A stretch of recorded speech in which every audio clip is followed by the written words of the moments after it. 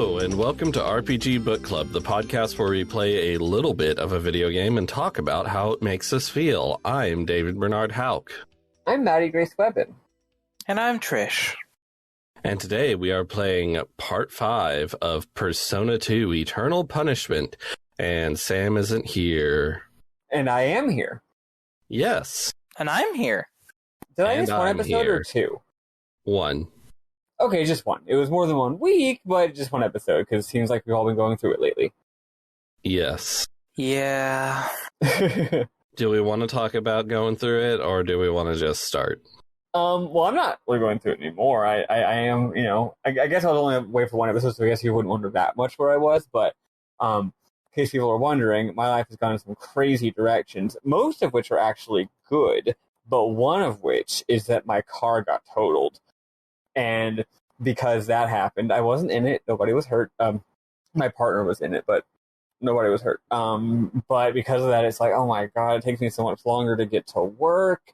I have to do these long commutes. And of course, I work a night shift. So when you get off work at 4 a.m., the buses don't run as frequently. So it's like, oh my gosh, how do I do this? So that's why I was like, I'm not going to be able to do this dang podcast. I got a million things that are stressing me out too much. I guess I'm still not past that, but I noticed this week that I was going to be free at this time. So I was just like, you know what? Let's freaking do it. In case y'all are curious, I have been playing along.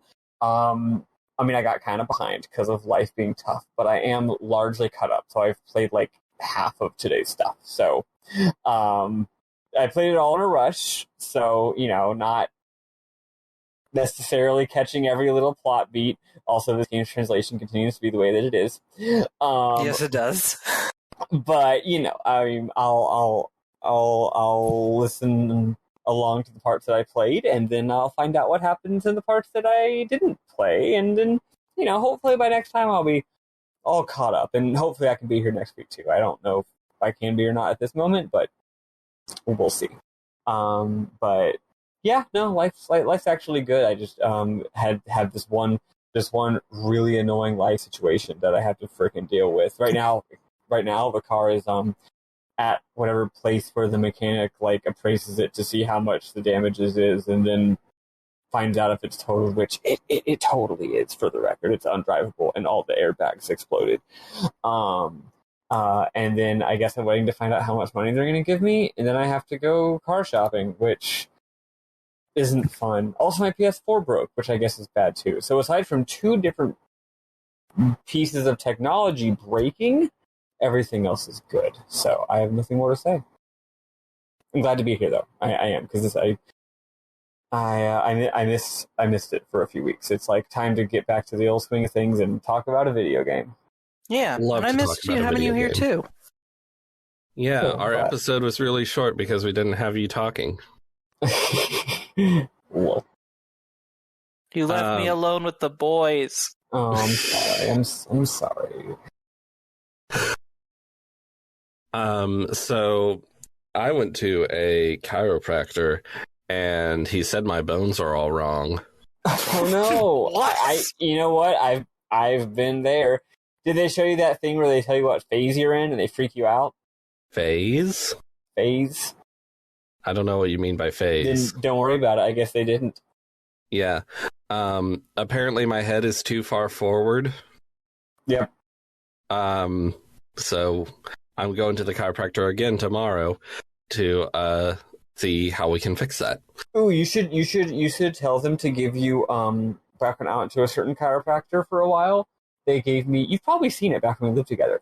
They gave me this thing. It's like a gray foam triangle, and you literally just imagine a big wedge, and you lay on the ground with your neck on this triangle where it's it doesn't sound very comfortable because it's not. It's like you're laying, it's like if you laid your neck down on something and it's just poking up at your neck and you go over the top of it, bend over it. But it's basically bending your neck in the opposite direction, to bend it back where it's supposed to be. And it doesn't really hurt. You just do it every day for 5 minutes or something. Anyway, I know that chiropractic is in many cases a crackpot pseudoscience, and no one really knows what actually helps and what actually doesn't, and I don't really know. But in my anecdotal experience, I think that really helped. So you should mention that and see if they, maybe the person you're talking to prescribes that thing.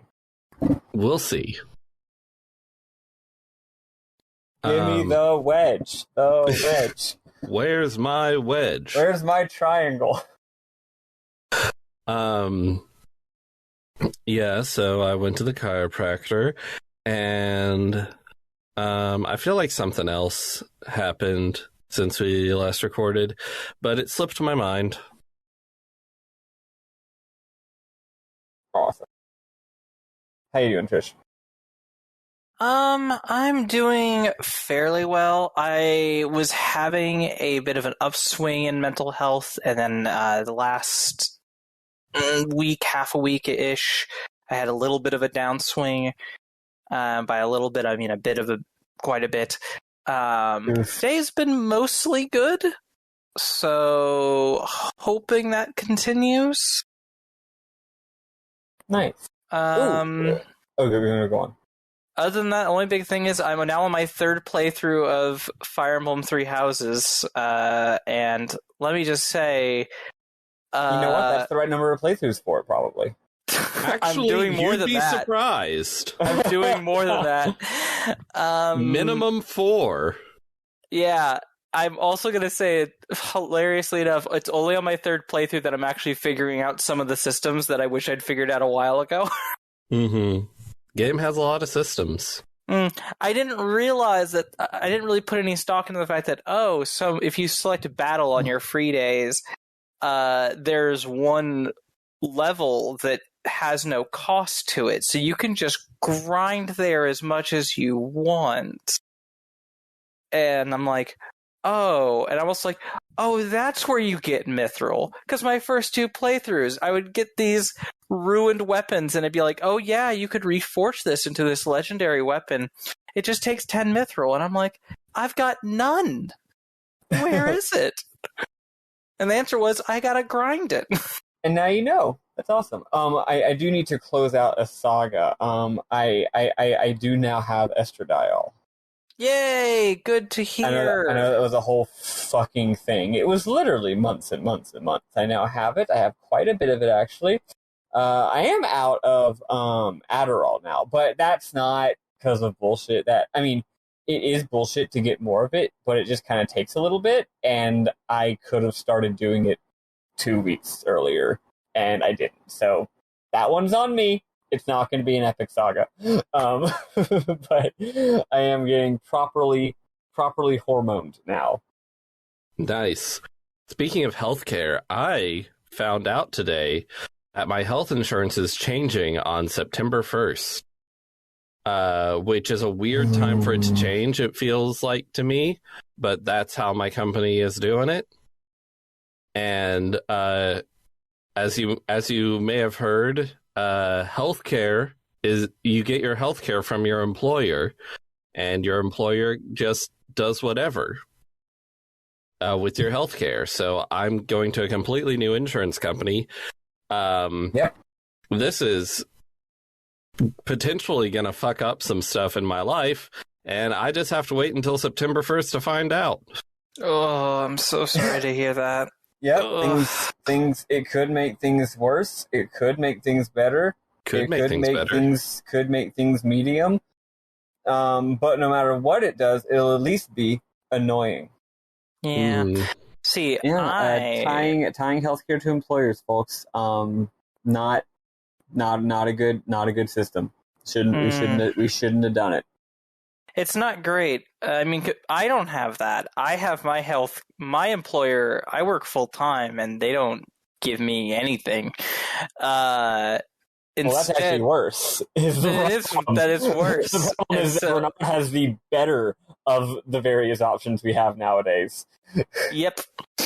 Instead I go through the state marketplace, and I get to pay money for health insurance I don't feel like I can use without going bankrupt. Mm-hmm. Good old public mandate. Thanks, Obama. Oh, it's fantastic. It's been so long since I've heard the phrase "Thanks, Obama." Yeah, well, this one literally is. We're forgetting to thank him That's for right. all he's done. Speaking of presidents being sucky, this inflation is killing me. Mm-hmm. It's bad. It's bad. My coffee went up by $2. The coffee beans that I get every week went up by $2 in the Christian grocery store. It's rough. Anyway, that's just unrelated. But I noticed because of course inflation's been hitting everyone, and the gas prices went up and they went down a little bit. But the grocery store is when you really notice. If my granolas go up by 10 cents, it's whatever. But the coffee going up by a whopping $2 when it's was a really good deal before, I was just like, God fucking damn it. Mm-hmm. Anyway, we need a better economy and we need a better healthcare system. Agreed and agreed. We need a better world. Yes. And we need a better translation for Persona 2 Eternal Punishment. I was about to do a slightly different segue. Good job, though. That was a really good one. Well, let's hear yours. Oh, I was just going to say one thing we don't need is better video games. Yes, because this game rules. Yeah. It's pretty good. I mean, I think last week was when we talked about how much we hate how it plays, but the story is good. The story is interesting. I look forward to seeing where it goes. It is quite weird playing a game in the SMT/Persona series that just is just not great gameplay wise. It's very funny because the Persona games, later ones, play awesome, and the SMT games, I play a little bit of the old ass ones. They're clunky and brutal, but they're not at all bad. They're still fantastically designed. So this is just what happened with this game? Very weird. Yeah, we talked at length last week about how the system of negotiating with demons to get cards and then using those cards to summon personas, it just does not hang together.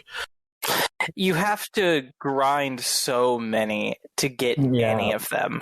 I would say that throwing out all these new ideas, if you come up with a bunch of new ideas for a game, it's just hard to, you don't want to get it right the first time. But there's other SMT games, older ones, where they do throw out a whole bunch of new ideas all at once, and they somehow get it right on the first go. So I guess the game design gods weren't with them this time around. Also, if I recall Persona 1 correctly, it essentially works the same way in Persona 2. So they could have made it better in Persona 2 since they had already worked on it in Persona 1. And Chris, you were saying something else about the cards. What was that? Oh, I was just saying that it is just so frustrating that not only do you have to grind a lot to get a usable amount of cards, but even if you do that, you end up I just never felt incentivized in the first game, really, to do that work to get a new persona, because the game gives you new personas eventually, and the ones you have to start with aren't bad. I don't know. Mm-hmm. It just it's a system that just doesn't feel like it works. Yeah, and these games they're complicated games. They're complicated mismatches of really kind of esoteric systems, and it's making me realize in retrospect how much I appreciate the later games for making it feel so effortless. In the later games, the different systems, which if you put them out on paper, you're like, wait, these games have these various systems that do not actually have anything to fucking do with each other, and yet the fact that the games managed to funnel them into each other so that you have a natural flow where you go do this and then you go do that, and it all just works instead of just ignoring parts of the game. Now that I think about it, mad props to them, because now we see what it's like when it doesn't work. Mm-hmm. All right. This the game still owns, so let's talk about it and its bad translation. Yes, let's.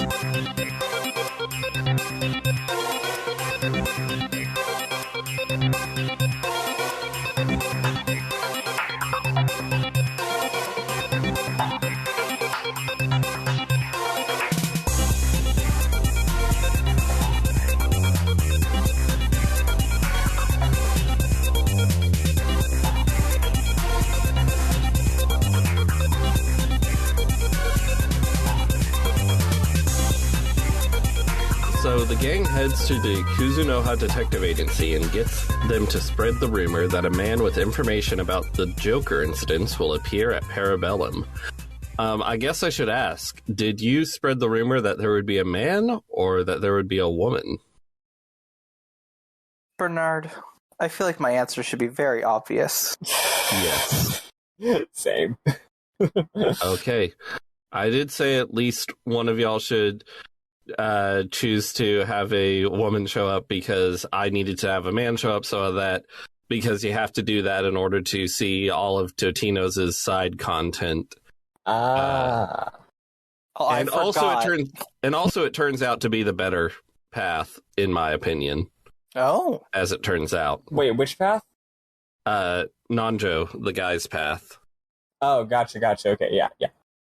For a second, I thought you were bummed out because we did the woman one. It's like, no, that's good. It's good that we did the woman. You did the man one, right? Yeah. Okay, yeah, cool. Sorry, I feel like your tone of voice is not matching the words you were saying, and I was confused. No, that's just the ennui. Ennui. I wasn't masking it well. I'll try to mask it better in the future. You'll have to apply your persona. Exactly. So the gang heads to Parabellum.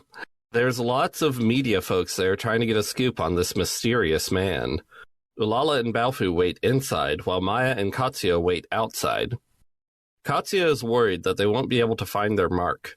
Maya tells him to think positive. This will become important next week. The man from the photo arrives. Balfu and Ulala do a weird, elaborate ruse to block the door and keep the reporters away from the man outside. You say ruse. It's like 90% actually happening. Yeah, the ruse is that they don't like each other and they get in a fight, which... They don't like each other. Yeah. And Ulala is a bitch always ready to throw hands, for which I adore her. Exactly. So Maya and Katsuya approach the man outside. We cut to the gang meeting with the two people from the photos in the penthouse of a fancy hotel. The people from the photos are introduced as Nanjo, the son of the head of some of Japan's biggest companies, and Eriko, a model and fan of the occult. They are both from the first Persona game.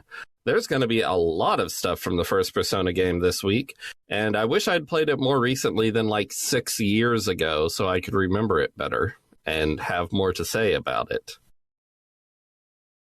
Anyway, the group gets to talking about the New World Order. Nanjo asks if they've heard of a Hisataka Shinjo. Balfu says he's Tatsuzo's secretary, but nothing comes up when you snoop on his history. Nanjo says rumor has it that Shinjo is actually Takahisa Kandori, the bad guy from the first game.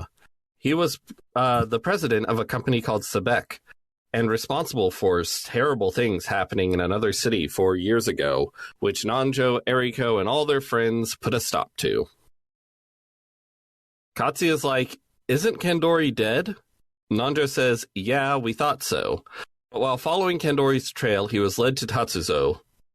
Eriko says she was investigating the connection of the Wonglong fortunes to the Joker case when she teamed up with Nanjo.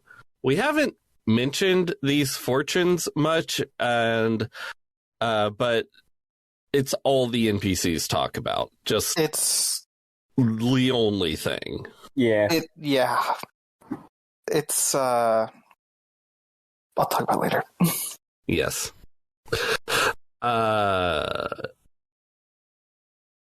Eriko says the New World Order needs Jokers for some reason, and Wonglong is connected.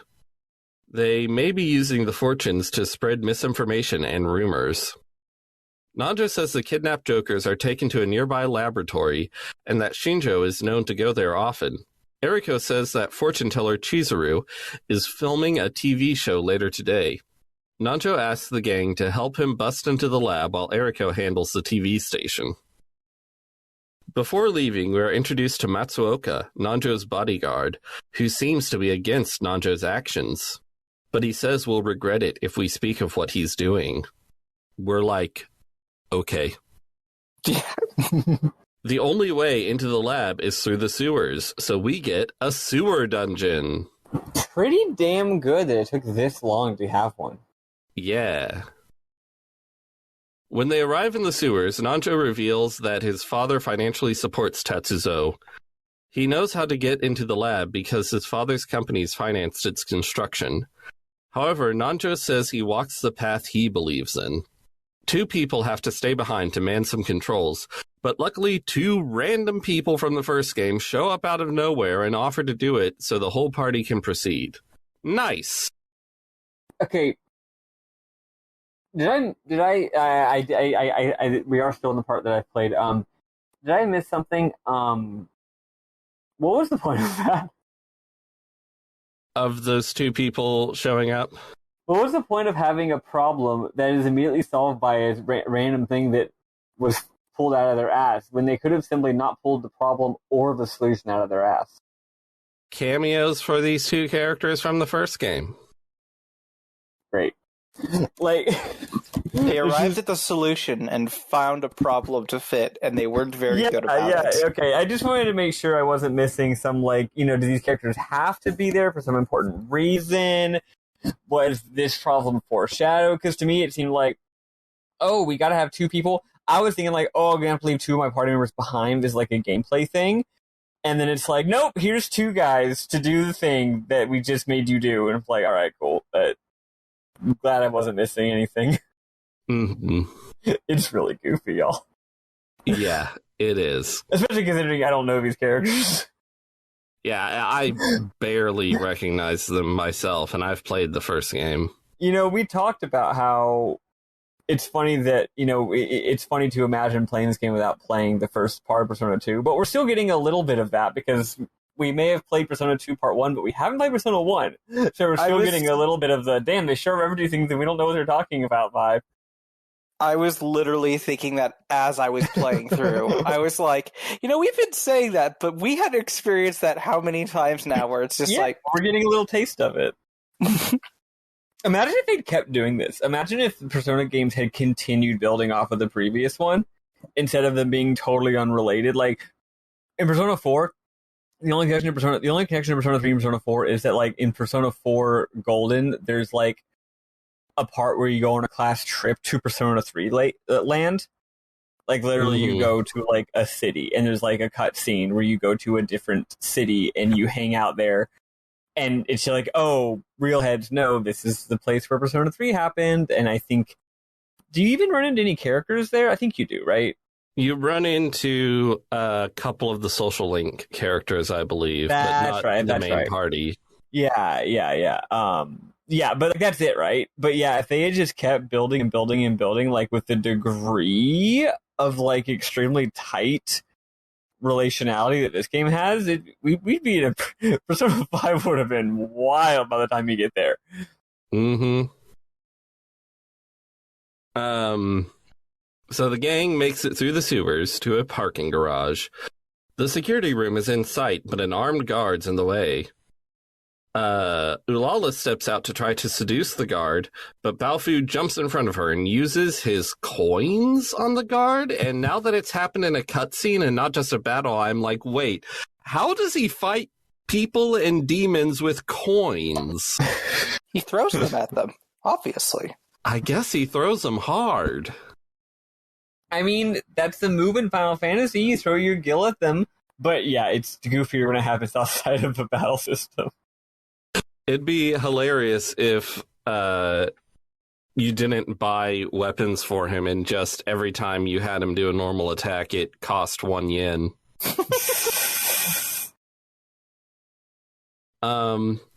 But anyway, they approach the security room and hear some guards interrogating a punk kid who snuck in. It's Aikichi! One guard says Aikichi is probably a friend of one of the guinea pigs. Aikichi's like, so the rumors about human experimentation here are true? He demands they release Sugimoto, who we might remember being that minor antagonist from Cuss High in Innocent Sin. Nope. Yeah, I didn't, and I looked it up later to see who he was. Wait, you mean like the bad principal from the very beginning? No, in Cuss High. Do you mean... Do you mean the rival gang guy, or do you mean the student council president? Rival gang guy Okay. who I remember now. he Yeah. kidnapped Hanakoji. That whole thing, yeah. Yeah. I can visualize it now. I actually like that guy quite a bit. Mm-hmm. For like 5 seconds he was on screen. Yeah.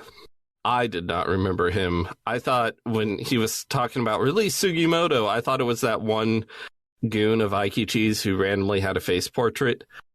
But no, it's that guy. So the gang steps in and saves Aikichi. Turns out Sugimoto used the Joker curse on Aikichi and was subsequently kidnapped. It's not clear how Aikichi survives, but he feels a duty as the leader of Kuss High to save Sugimoto.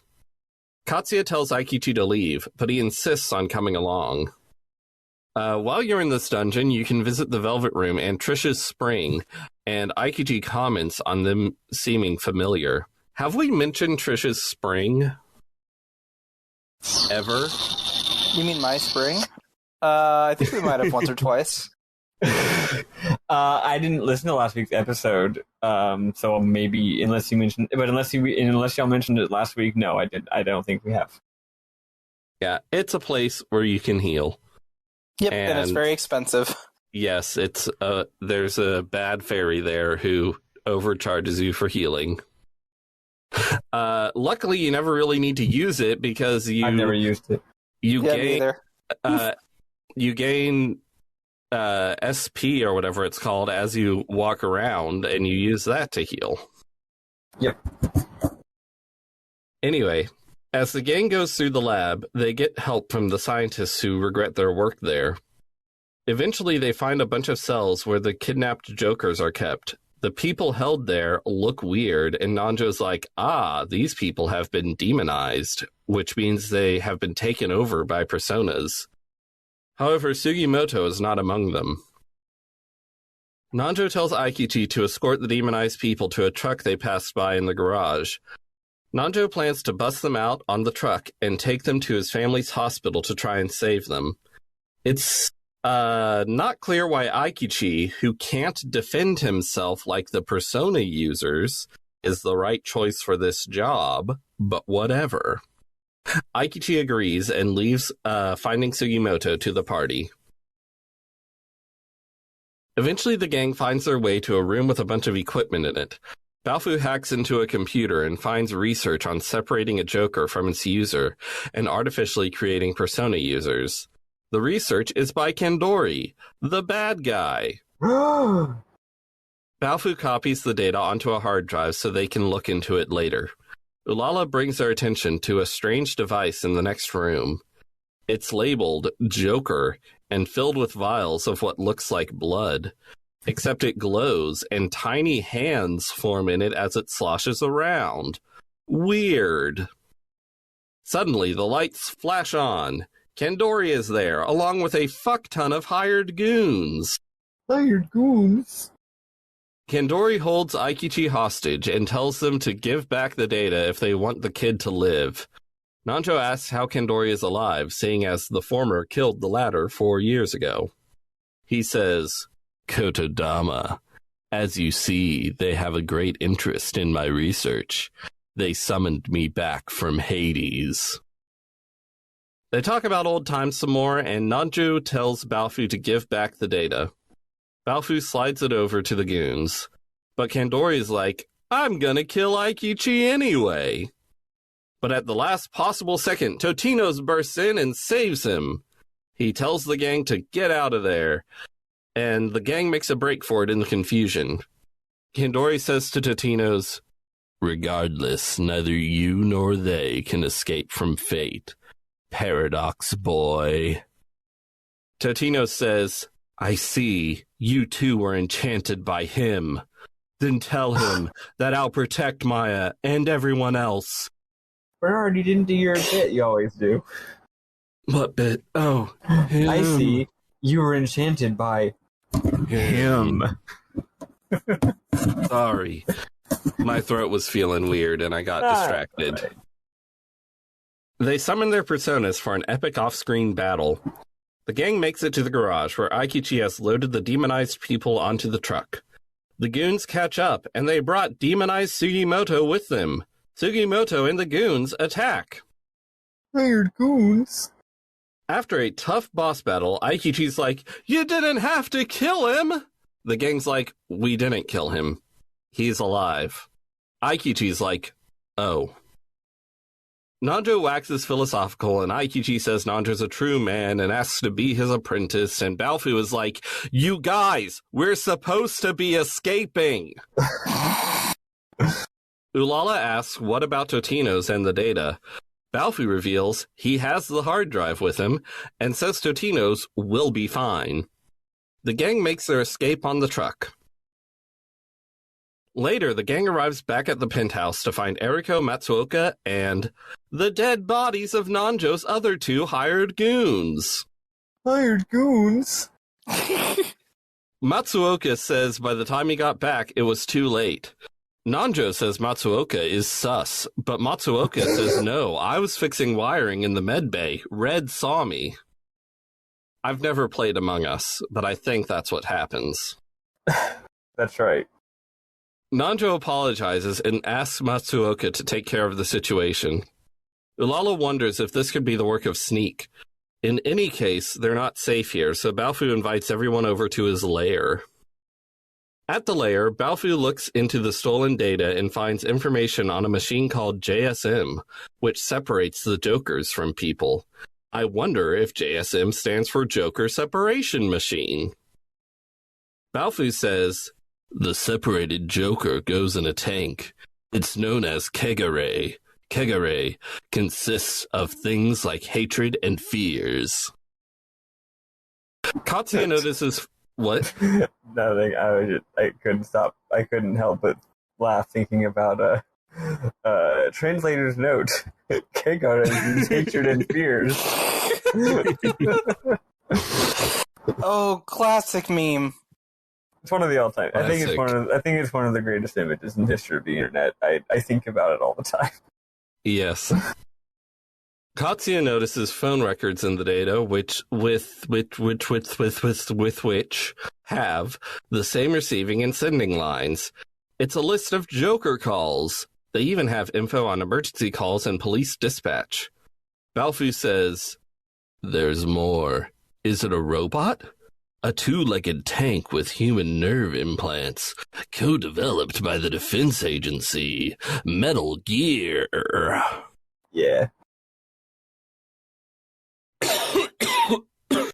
Yeah, it's Metal Gear. Sorry, I did Solid Snake voice, and so I had to cough. Yeah, that's fair. I mean, even Solid Snake voice can't do Solid Snake voice. It's hard. It's hard. It's not good for your voice. You got to go to the doctor every time you do it. Ulala and Eriko enter and say the city is in a panic over Chizuru's fortunes. Eriko explains what she found at the TV station. Chizuru is connected to the New World Order, blah blah blah, Wong Long, blah blah blah, dragons, blah blah blah, Joka, blah blah blah. Even people who aren't doing the Joker curse are turning into Jokers. That's bad. Yeah, that's not good. Personally, Chizuru I think we escaped. should have fewer Jokers. Yes. What a bunch of Jokers.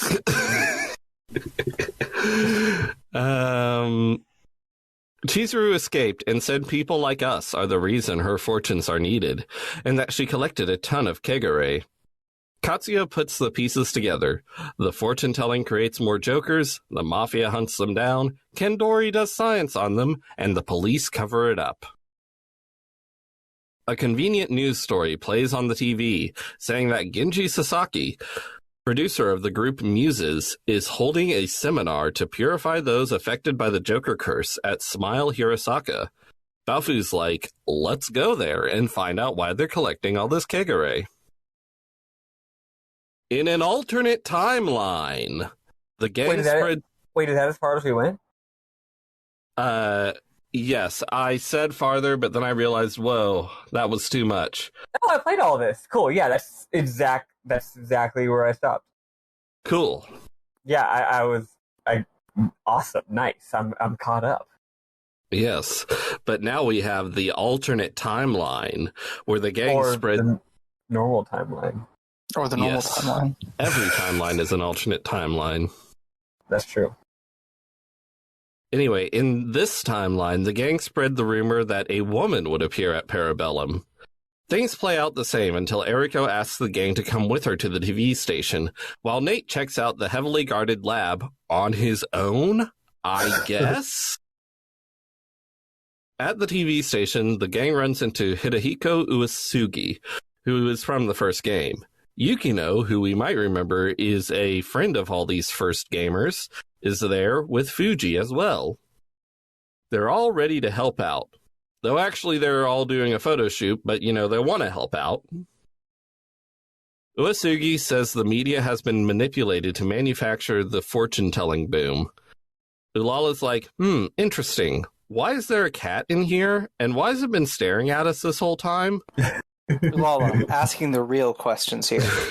Uesugi's like, oh, Chizuru had a cat like that. The cat runs off. This is definitely fine. The gang heads upstairs and methodically bursts into each of the dressing rooms to find Chizuru. On the way, they find Ginty Sasaki and Muses. Apparently a member of Muses, named Lisa, is worried because her classmate Totino's is missing. There's also a really funny thing where if you talk to a cop party member, he hears that, oh, so this girl has a crush on my younger brother? Well, I'd better start thinking about how that would affect their wedding. And he just starts planning super ahead of time, and it's really honestly kind of adorable.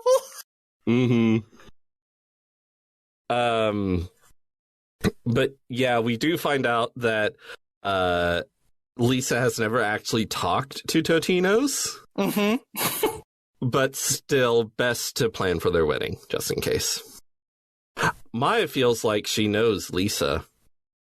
In another dressing room, they also run into actress Junko Kashihara, who is June's mother. Maya feels like she knows her, and I'm like, no, you don't. You saw her for like 10 seconds during a very packed series of cutscenes. Also, can we I didn't never think about this in the first game, but June's mom is named Junko? I guess. I hadn't thought about that. That's just silly. It is a bit. Yep. The gang finally arrives at Chizuru's dressing room, but it's empty save for the cat from earlier. The cat meows, and the room turns monochrome. The cat walks to the door and phases through it. It turns out this was not fine. Eriko says Chizuru has trapped them in the reverse side of reality. She's excited about this because she's an occult nerd. Anyway, they have to go through 8 doors in order, and there's a painfully obvious puzzle behind it, but that's not interesting. Frustratingly obvious. Yes, it's like the whole puzzle is that you have numbers written in these special characters, but it's mirror images is the puzzle, and the characters cannot figure it out. Nope. They give you a lot of hints by almost getting it, but they cannot figure it out. It's so annoying. What is this? The first case of Danganronpa? Oh! Yes. The first Danganronpa case, for those of y'all not in the know, features a very obvious case of backwards writing. However, a lot of other things about that case are genuinely hard to figure out and confusing. So, it's not like you're just sitting there hitting A, waiting for everyone to figure out the obvious thing for like a fucking hour. You are more like mashing the button, waiting for everyone to figure out the obvious thing for like 5 fucking minutes. But still. And the conclusion of that case, it genuinely shocked me. Yeah, so it still got some very shocking things to it because it's like, but also the whole, like, who cares? I don't care about spoiling it for the y'all who listen. Literally, the killer's name is written at the crime scene, but it's written backwards. So no one knows what it is. It's so stupid. I also appreciate that case is one of those that has a lovely gray area to it where it can be interpreted in various different ways. Yeah, there's a lot of subtlety to it, just not in the who was the killer part. Yeah, no. Mm-hmm. But they're not talking about Danganronpa. We're talking about Persona 2. This is now that I'm thinking about it a bit more. Actually, this is about the same level of dumb. I'd say they're about tied. Yeah, no, that's fair. But it's who do we keep running into as we try to solve this incredibly easy puzzle, Bernard? So when they go through the third door, a super creepy dude holding a fucking chainsaw shows up.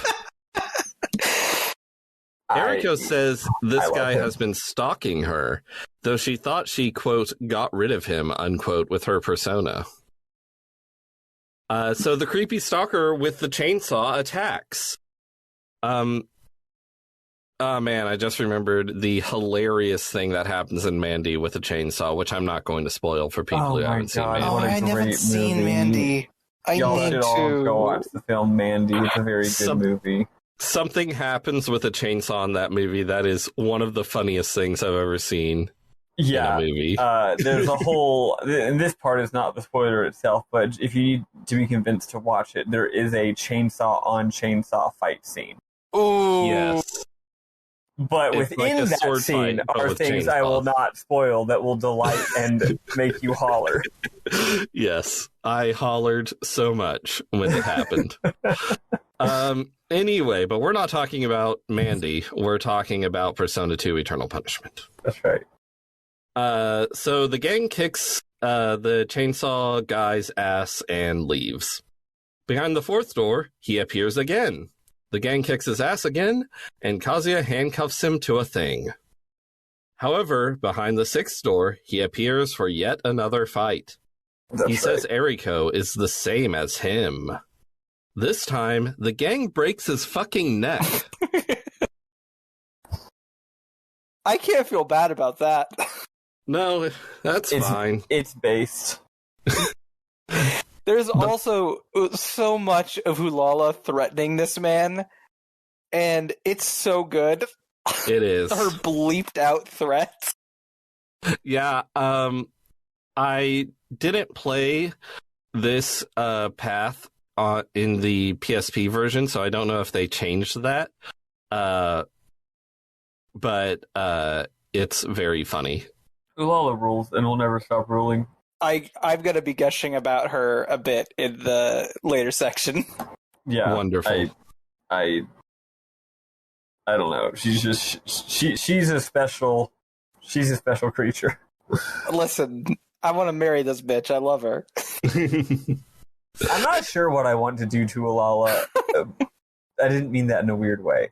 I'm just she's very interesting in a way that is just very strange. Mm-hmm. She's a bit of a goober. Yeah, that's what it is. No, she's an absolute fucking goober. She's honestly, she's less the Lisa of this game and more the Aikichi. She's an Aikichi with Lisa characteristics. Yes. She's her Absolutely. own wonderful character. She's Junpei. And Balfu is Balfu. That's right. Baofu is fucking Baofu. So behind the seventh door, Ulala asks Eriko what the stalker meant when he said that she's the same as him. She says he must have been talking about him, a high school classmate of hers. They had promised to meet again after they fulfilled their dreams. But how did the stalker know about him? Behind the final door, they find the protagonist from Persona 1, except he's creepy. It's him. It's Boy with Earring. He asks if Eriko kept her promise. Balfu and Katsuya are like, there's creepy music playing in this scene. This is bad. The guy says Eriko's face is like a mask and tells her to say what she's feeling. Then he'll tell her what she wants to know. She can't bring herself to speak. He says, your obsession disturbs me. Don't bother me anymore. Are you satisfied? Katsuya sees the cat and shoots it. Persona 1 protagonist disappears. The cat gets up and hisses. Katsuya says an amazing line. That stalker and that young boy were projections of Miss Kirishima's fears. That about sums it up. Unfortunately for you... Yes? I was just gonna say, I'm so happy you wrote that down. It's so good. Unfortunately for you, science has progressed. We have immunity from curses and illusions. You're 100 years too late. Yeah, Go ahead, Maddie. Oh, I was just gonna say that about sums it up. That about sums it up. Made me fucking die. We just need to enter that into our lexicons. It's just, I think, okay, the game is reflecting my own mindset here, because I feel like the previous game, like, while I really enjoyed it, so much of it just seemed so inexplicable and random. Like, where the fuck is this going? And I don't actually think that this game is any more explicable or any better paced or structured or any more sensical, but yet maybe I'm just used to it at this point. Like, in the previous game, I just kept being like, what? Hitler? What? Weird creatures from, like, weird lore? Like, it's not that I don't understand what's going on at any given moment, it's that I don't understand what the point of it is, or where it's going, or what this story is, like, capital A, about, right? This game, again, I guess if I were to look at it objectively, I guess it might be the case that it's really not any different at all. It's like the same shit. But I'm just completely on board with it. And just like any kind of thing that happens, I'm just like if they hadn't had that line in there, if they were just like, what did they say? What's the wording of the line before it? That stalker and that young boy were projections of Miss Kirishima's fears. Yeah, if someone said that, if you said that and the next line wasn't there, I would have been like, well, all right. Guess that about sums it up. It's like you just dust off your hands, move on to the next plot point. You know, it's like it's a very workaday sort of plot writing. You know, it's just like, all right, well, that's resolved. Yep, I was gonna say, I think the difference and what you're kind of feeling there, perhaps, is just that the main characters of the previous game were teenagers, and so they kind of took everything in that was happening very seriously. And I mean, not that these characters aren't, but these are all tired fucking adults. Yeah, they have no time for this. Yeah, like they've been on the block a couple times, man. This is just their day job. All right, these are just some hardworking blue collar anime supernatural warriors, right? They're just like, look, whatever, dude, just can we get on with it and go into the battle now? We're not gonna make a whole like thing out of it, you know what I mean? Like, I can almost imagine the villain at the end being like saying to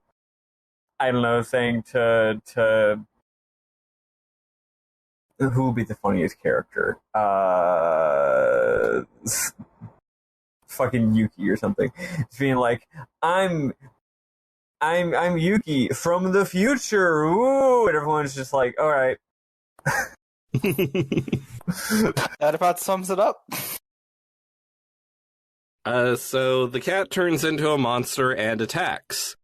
The gang defeats the cat and escapes the spell, and I'm like, what was the point of that whole interlude? To give us some character building for Eriko, who is not important? To quote Balfu, forget the stupid cat.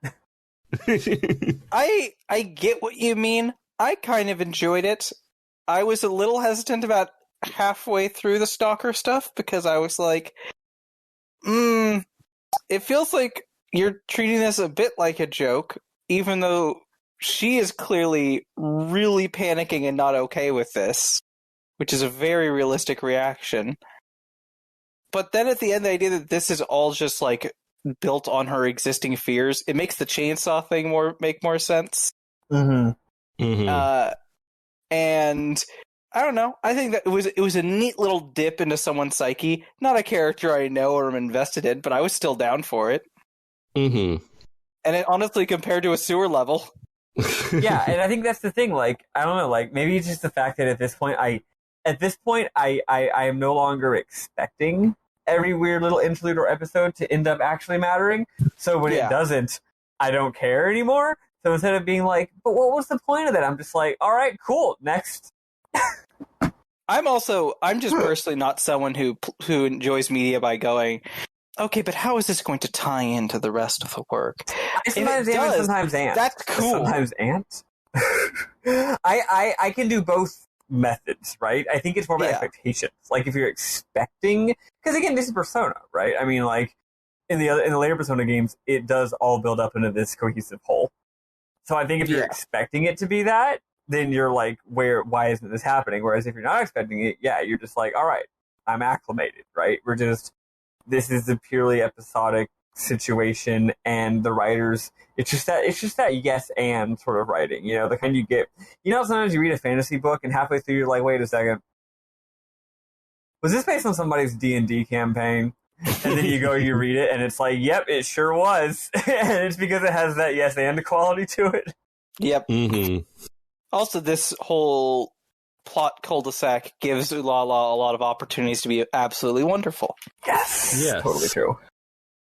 Also, when it comes to video games, I definitely feel like sometimes, and by sometimes I mean a lot of the time, if you think about it really hard, you realize that the dungeon exists in a video game because, like, they needed to give the game one more dungeon, or because they needed the game to be certain hours long, or because they already made some assets and by damned if they're not going to use them, or because maybe this dungeon actually mattered in an earlier version of the game, or because there's some mechanical concept that they need to tutorialize, which that doesn't happen here, but like, sometimes, right? Like, play the game StarCraft, there's totally entire plot lines where it's like, why did this one group of Protoss aliens rebel against the other group? Oh, because this is an RTS, and it would be boring if there were never any Protoss v Protoss battles. Yeah. You have to have a level where each faction fights every other faction, because otherwise you're not exploring the game's possibility space mechanically. So it's like, that's why every single plot line involves like internecine conflict between the different groups, right? It's like, wait, why did this one group of bad guys defect to our side? Oh, so that we could have a interesting level where these two characters team up. Okay, that makes sense. Yeah. Mm-hmm. I would also say, having played to our original stopping point, I preferred this dungeon so much more than the next one. Oh boy, I'm dreading it. It's not awful. Sorry. I just don't enjoy in games like this the dungeons where it feels like the only plot you get is at the very end. Mm-hmm. And like, at least this one had stuff sprinkled throughout that was fun. Mm-hmm. Yeah, that makes sense.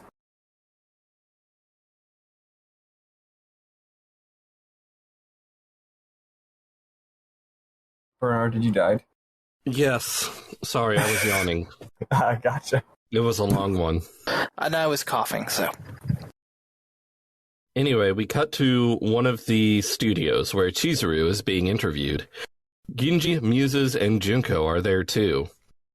Chizuru stands to do a fortune-telling thing, then collapses. She realizes her cat has been defeated. She says she's fine and they can continue. She does her fortune-telling thing and says more people will be consumed by the Joker, and at this rate, it is vital to purify the Kegare before this occurs. The gang is back in the real world now. A crew member tells them to get out of here because Chizuru said more people would become Jokers. Then Junko became a Joker in the studio and is going berserk.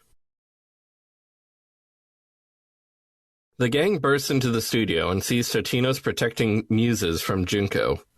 Chizuru orders Junko to kill him, and then attacks the party herself. The gang defeats her, but it turns out to be a fake. Junko is collapsed on the ground, and Totino's is gone. Lisa says he just said to get Junko to some place called the Velvet Room. We now don't see them take Junko to the Velvet Room. We just cut back to the penthouse. The gang finds the dead guys. They go to Balfu's lair. Nanjo provides a hard drive with data from the lab. And from this point, the story plays out the same, except either Nanjo or Eriko sticks with you for a while, depending on who you chose. And next week, we will go to Smile Hirosaka, and some stuff will happen after a lot of dungeon. Oh boy, oh boy. I don't even mind, honestly. I'm through a relaxation pill. Sometimes a long dungeon just is... stay relaxed. Nope. Sometimes a long dungeon is like the most frustrating thing in the world. Other times, it's just like, fuck it, I ain't doing anything today. I'll go around for 2 hours. This is great. But it's a throwback to Septerracore. Everyone's favorite game, Septerracore. That game has some goddamn dungeons. Anyway, what memorable moments do y'all have?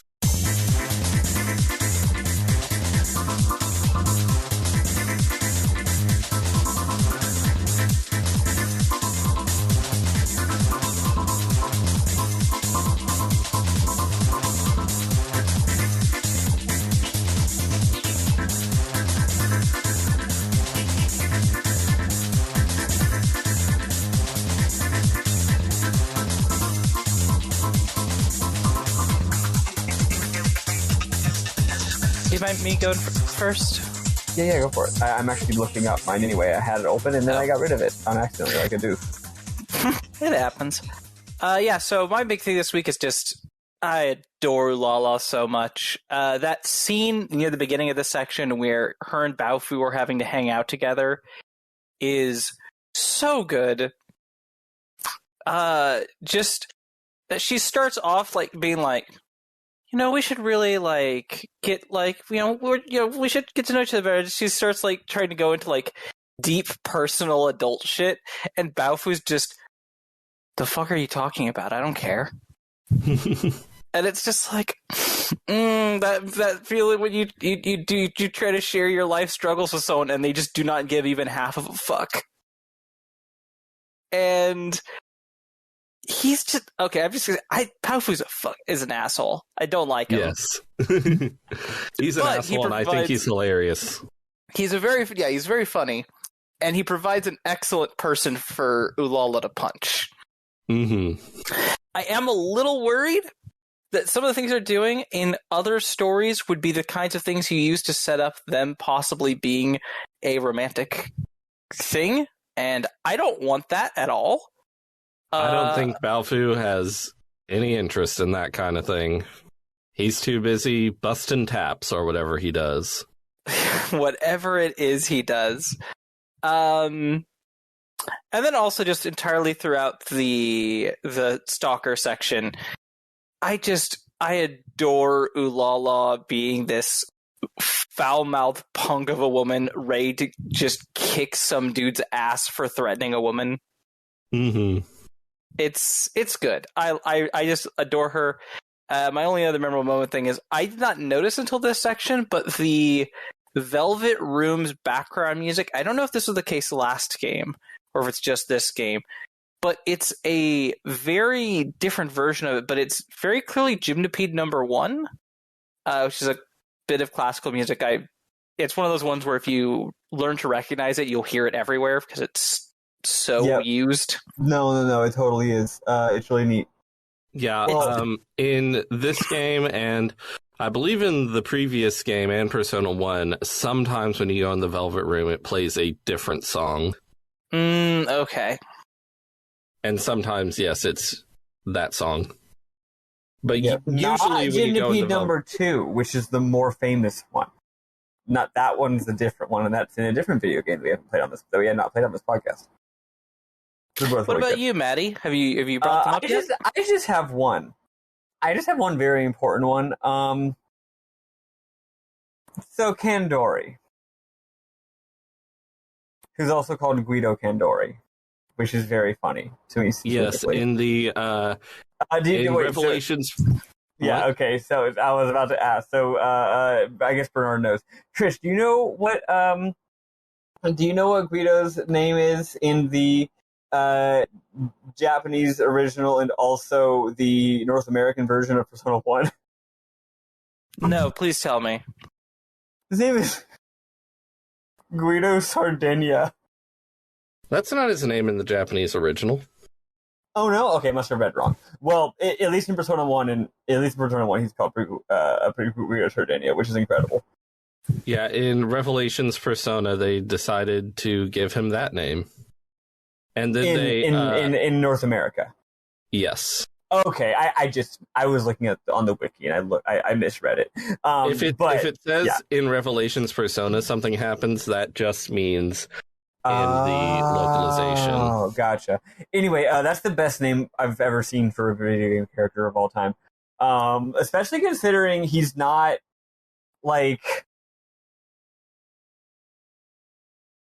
he's not Italian. No, he's not. Like, not even a little bit. But according to the localizers, he's not just Italian, he's Sardinian. Which is just, it's like they made it for me. I love it. I'm not going to stop yelling. Because I know that's not even what he's called in this game, but that's what he's called ever since I found that out, that's what he's called in my heart. Yes, in the original localization of Eternal Punishment, they say that was a pseudonym, and his actual name is Kandori. His first name is still Guido, so his first name is Italian, and his last name is not, which makes it weird in a different way. Yeah, and not just Italian American, the best kind. Well, Bernard, what about your memorable moments? Oh, I had some. Ulala's great. Balfu's hilarious. I love how in this game there keep being situations where characters are just talking about shit, and Balfu's like, "We're supposed to be doing something here." I find it very funny. Just makes me want them to ignore him even more. Yes. Yeah. Well, it's cool because if he didn't say that, we wouldn't even think it was weird they're talking because, they're operating on video game time. Which means that just because it's the middle of a boss battle doesn't mean you can't call the colonel and get a 5-minute long spiel about the boss's backstory. Talking is a free action. Yes. Yeah. But now that they're calling it out, it's not actually in this universe. Mm-hmm.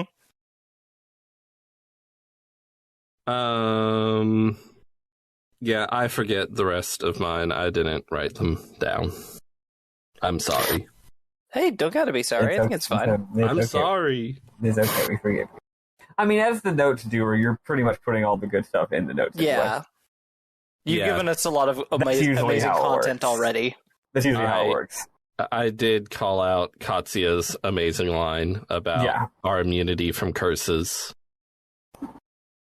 Yeah. Also, I'll say, sewer dungeon. I'm a little freak. I like sewer dungeons. Not because they suck or are bad and boring, although I do like things that suck and are bad and boring, but because, A, it's just a formal element. It's always cute to see the same formal element repeat multiple times. You see how they sort of change and modify. But also they do have an inherent interest to them because they're unintuitive. Depends on the dungeon and the game, of course, but what you think is a hallway isn't really a hallway. It's two hallways that are parallel to each other, right? Depending on the game, right? But like, say you have a sewer where there's water in the middle and concrete paths on both sides. That's two hallways, even though it looks graphically like one, unless it's like you lower the water, in which case it's like, oh, well, that's actually fine, right? Because you can go down the middle. There's always interesting stuff going on with sewer dungeons. There's a reason why they keep using them, right? But this one, very boring. Nothing interesting about it at all. But I did like the graphics. I thought, this whole game's got great graphics, but I liked the textures they used and the colors. And it felt very sewery. It didn't feel like a sewer themed hallway. It felt like a sewer. I don't know. Not much to say about it, except that anytime a sewer dungeon appears, you're going to compare it with other sewer dungeons. And I'll give this one a solid I don't know, like 60th percentile, something like that. Okay. There is one interesting thing about this sewer dungeon, which I didn't mention, which is it's broken up into sections, and in each section you have a limited amount of time to get through, or else you'll be swept back to the beginning of the section. And what's weird... Never happened to me, but that was technically a mechanic. Yes. What's weird is that a big thing is made of you have to select the right path of two paths, and that'll make it shorter. But there's no indication which path is the shorter path. Yeah. And like once you choose one, you can't try the other. Also, if you pick the wrong one, you're probably fine anyway. Yeah. It's weird. Yeah. You want to know some bullshit? Yes. The game Metal Gear 1 pulls that in its post-final boss escape sequence. After you defeat the final boss of Metal Gear 1, it's like, oh no. Wait, maybe Metal Gear 2? That's even dumber. I can't remember. I think it's maybe Metal... No, yeah, sorry. It's Metal Gear 1. Metal Gear 1. Metal Gear 1, it's like, oh, the base is blowing up. You better escape. And a big time limit goes up on the screen and starts counting down. And then you go up, like, north one step or whatever. You go through a couple rooms. And then you get to a room with 3 ladders. And, of course, this is a 2-dimensional game. So all 3 ladders extend off the screen. And it's not until you start climbing the ladder that you might notice on this, if you go up one screen, like the left ladder cuts off and stops. And then if you go up 2 screens, you see that actually the right ladder was also bad. So you could theoretically pick the wrong ladder twice in a row. If you pick like the shortest one and then the mediumest one and then the correct one. And this is, again, after the final boss. I actually have never managed to pick I think I always pick the right one. Maybe it's just like the one in the middle or something. Like, I guess I'm just lucky like that, or just inherently amazingly good at games. Joke, I'm not. But so, like, I don't think I've actually had it happen where, like, time limit runs out. But, like, that's fucking stupid. It's so fucking stupid. Mm-hmm. No argument for me there. I'm glad sewer dungeons are a thing that bring you joy. That's always nice. I just had remembered a random thought was, and this is an area where because again, as Bernard mentioned, we do not know these guest star party members that much. But I found it the thing of like her worrying that she is just like her stalker because of her own possibly unreciprocated affection for the protagonist of the first game, ? And the fact that she pines after him and her feeling like, well, that's the same thing as this stalker. When it wasn't clear that was born out of her fears, I was like, I don't know if I want to equate those things. Yeah, it's like, is the game saying this, or is the character saying it because she's having problems? Yeah, and the fact that it is clear, it's like, oh, no, this is just her worrying about this. And if I'm reading it right, that it is just like, yeah, no, she's just feeling that way because, you know, she doesn't know if her affections are really, you know, matched, and she doesn't know how one-sided this is. Even if she isn't stalking him, she feels like it's similar. And, like, honestly, that feels very accurate. As someone who frequently worries that she has put more affection and energy into a relationship than the other party and feeling like an idiot for it, and worrying that, not quite stalking level, but that kind of vein of thing, it was a bit relatable. Yeah. As usual with this series, with this game and the previous game, as bizarre and intriguable as so much of it is, whenever it has regular old human emotion shit, it's usually like surprisingly insightful and on point. And it's like, oh, they're really doing something real there. Interesting. And it's funny how it comes in between like the dumbest shit you've ever seen.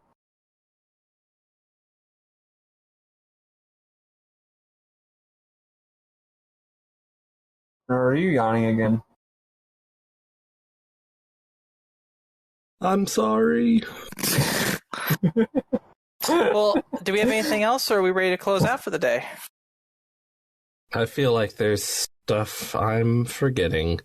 I do like that Nanjo is one of the characters that comes back and has a major part in this game, because from my recollection of the first game, which I played like 6 years ago, he is the most memorable character from that game.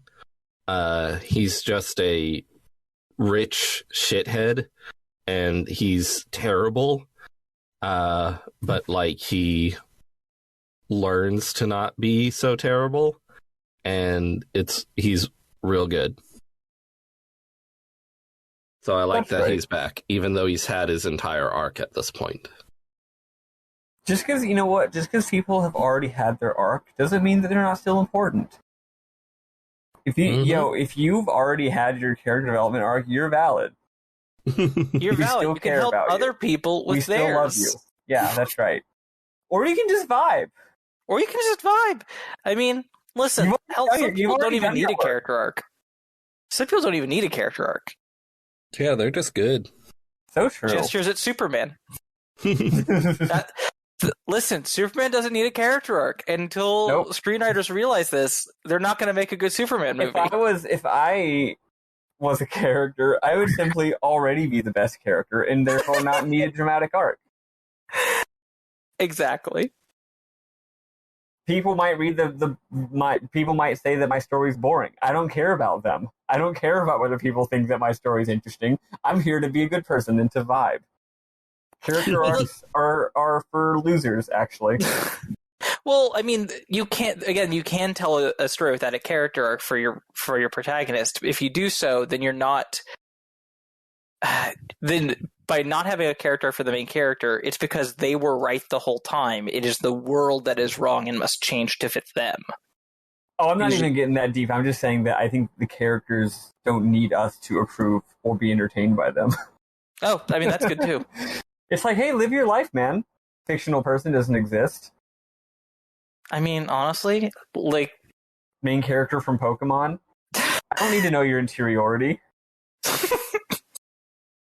That's fair. Blue? Wait, Red? Which one's the good guy? Red is. Okay, cool.